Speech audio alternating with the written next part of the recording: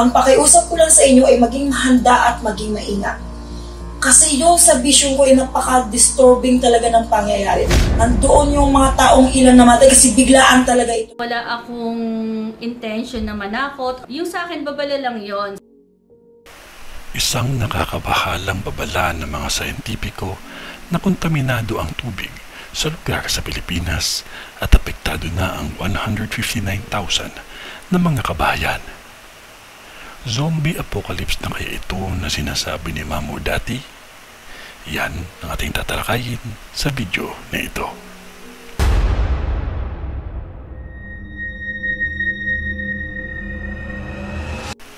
Abiso ng Maynilad na bawal muna inumin at gamiting pangsaing o pangluto ang tubig sa 5 lugar na ito sa Pilipinas.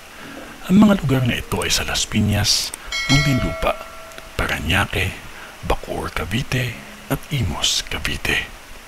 Suma total 159,000 na bahay ang apektado dito. Ito ay dahil sa kalidad ng tubig sa pinanggagalingan nito, which is ang Laguna Lake.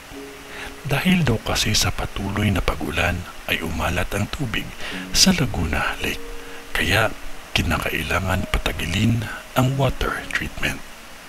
Ngunit kapag ito ay pinatagal, mawawala ng tubig sa iba't ibang bahagi ng Luzon. Kaya minabuti na lang nila na hindi higpitan ang water treatment para may supply.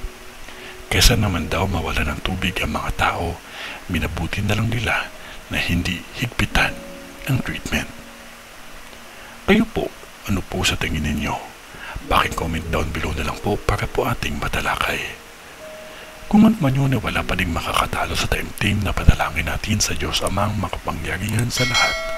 Magtiwala lamang po tayo sa Kanya kasi mahal niya po tayo. Sa ngalan ng Diyos Ama, ng Diyos Anak, at ng Diyos Espiritu Santo. Amen.